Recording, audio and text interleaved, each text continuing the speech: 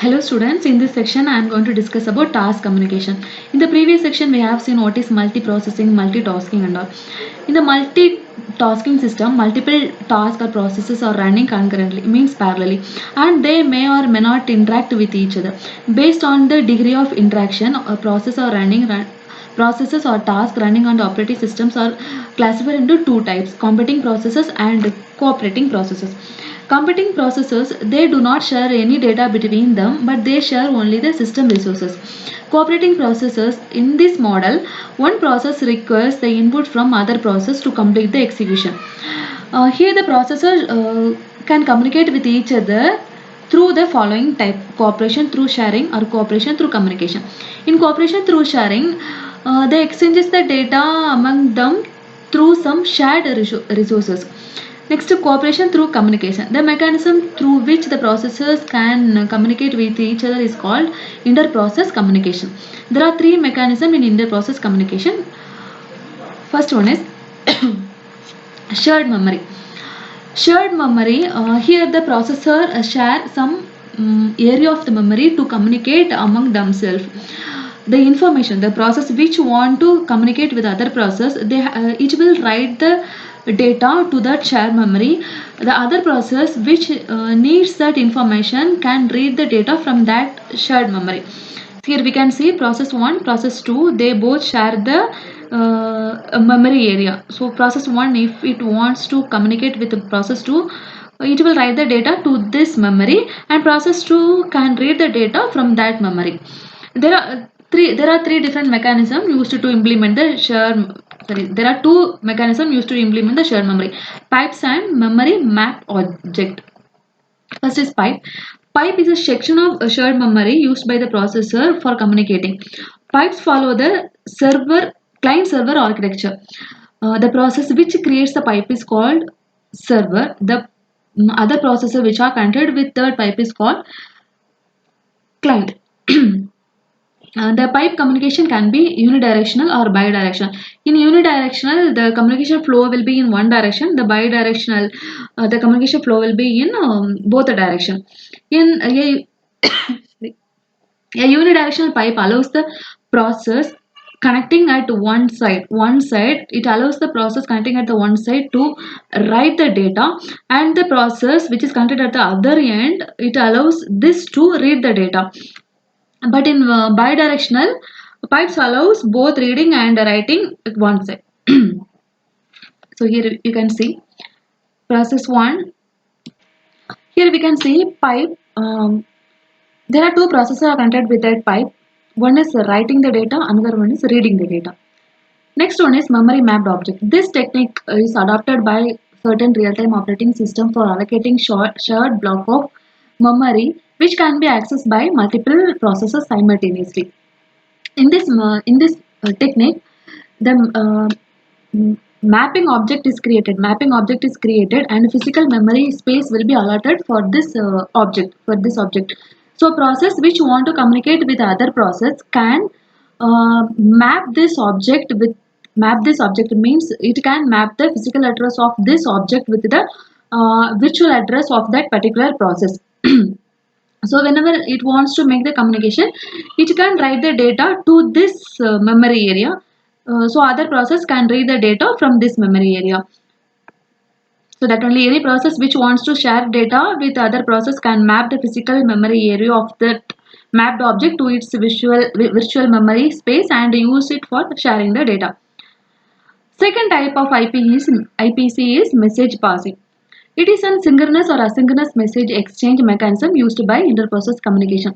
The major difference between the previous one and this one is in shared memory we can share lot of data, but in message passing technique we can share only limited amount of data. There are three types of message passing: message queue, mailing and signaling. First one, message queue. Message queue, here also the process which wants to make a communication, which want to communicate with the other process, it needs to send it message to first in first out queue. That queue is called message queue. This message queue stores the messages temporarily in the system, and it passes this message to the destination process. The The messages can be sent and received by send and receive method. The messages are exchanged through this message queue. The implementation of this messages queue, send and receive method, all these are depends upon the operating system kernel.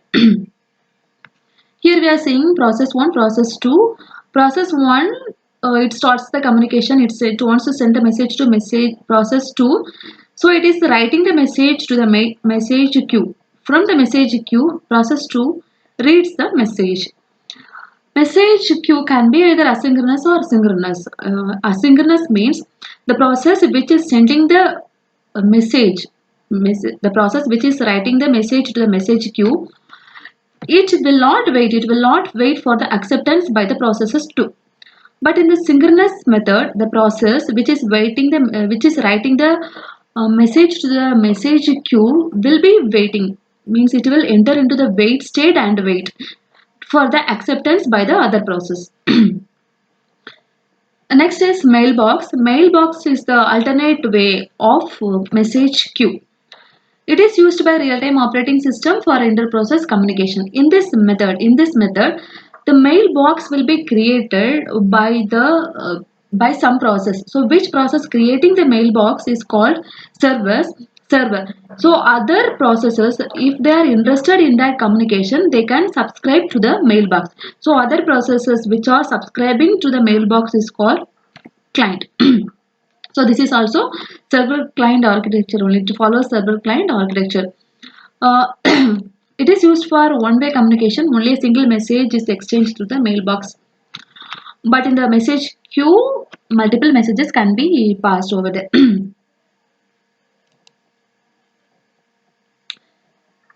This one only, the task one. Here the task one created the mailbox, so it is called mailbox server.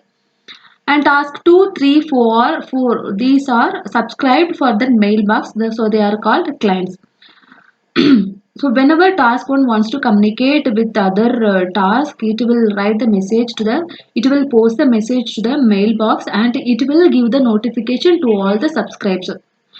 Upon receiving the notification, these other tasks can receive the message from mailbox. Next, third one is signaling. It is a primitive way of communication between the threads and processors. Signals are used for asynchronous notification mechanism, because means here the task or processor can fire the signal, means it will indicate the other processors that it is ready for the communication, so that other processors can wait for the communication. These signals do not carry data, or they are not queued. The implementation of signals in OS kernel depend, and VxWorks Autos kernel implements the signals for their inter-process communication. The third IPC is remote procedure call. Remote procedure call is the inter-process communication mechanism used by the process to call a procedure of another process running on the same CPU or on the different CPU, but which are interconnected in a network. The process the process which is containing the procedure is called server. The process which initiate the remote procedure call request is known as client. In order to make the RPC communication compatible with all the platforms, there should be some standards need to be followed. The standards are Interface Definition Language. It defines the interfaces for RPC. Microsoft Interface Definition Language is an ideal implementation from Microsoft for all the Microsoft platforms. The RPC communication also can be synchronous or asynchronous. Synchronous means the process which starts the communication will go to the waiting state to get the response, but in the asynchronous type, the process which initiates the communication will not wait for the response from the other processor. So here we can see CPU, same CPU, the procedures are in the same CPU. Sorry, this is in a different CPU. Here the procedure are in same CPU.